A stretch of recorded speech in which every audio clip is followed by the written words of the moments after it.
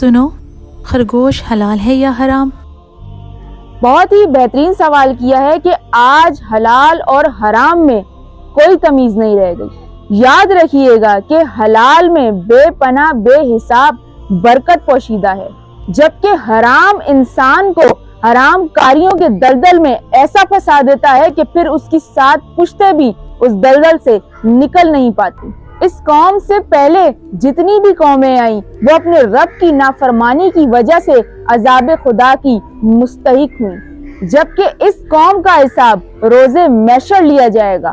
اور کئی قومیں ایسی گزری جو خدا کے عذاب میں مبتلا ہوئیں تو مسخ ہو گئیں، یعنی انسان سے بھیانک جانور کی شکل میں بدل گئیں، اور پھر خدا نے ان سے اشرف المخلوقات کی فضیلت کو چھین لیا اور لعنتی قرار دے دیا، اور اس میں ایک مسخ شدہ جانور خرگوش بھی ہے۔ اب کوئی سوال کرے کہ خرگوش تو جانور ہے، تو اس کا واضح جواب یہ ہے کہ جانور تو ہے لیکن انسان سے جانور ہوا، اپنے رب کی نافرمانی کے بعد مسخ شدہ جانور میں تبدیل ہو گیا۔ تو ایسا جانور جو عذاب الہی میں گرفتار ہوا، اسے کھانے والے پر اس کے رب کی رحمت کیسے ہو سکتی ہے؟ اس کے بعد تمام وہ جانور جو وحشی ہیں ان کا کھانا حرام ہے۔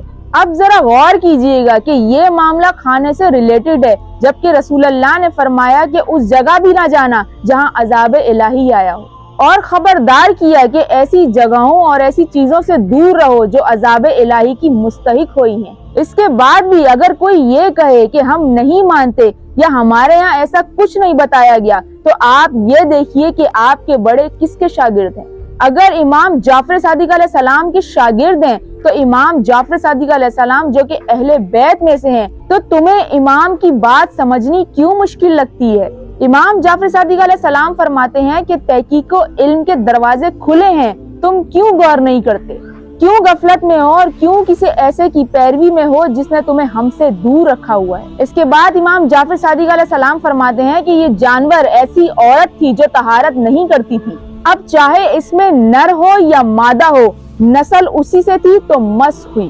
اب مزید سمجھاتی چلوں کہ جب انسان حلال چیزیں کھاتا ہے تو یہ حلال چیزیں کہتی ہیں کہ اے انسان، ہم تجھ پر حلال ہیں، لہٰذا جب تو ہمیں کھائے گا اور سجدہ کرے گا تو ہم تیری عبادت میں شریک ہو جائیں گے۔ جبکہ حرام چیزیں کہتی ہیں کہ جب انسان حرام کھاتا ہے تو حرام کاموں میں مبتلا ہوتا چلا جاتا ہے۔ اب یہاں پر دیکھیے کہ حلال و حرام کی تمیز کرنا کتنا ضروری ہے، کیونکہ منزل کمال اتنی آسانی سے نہیں ملتی، اور انسان اس منزل کمال تک تب پہنچتا ہے جب اسے حلال و حرام کی تمیز اور فرق کرنا آ جائے۔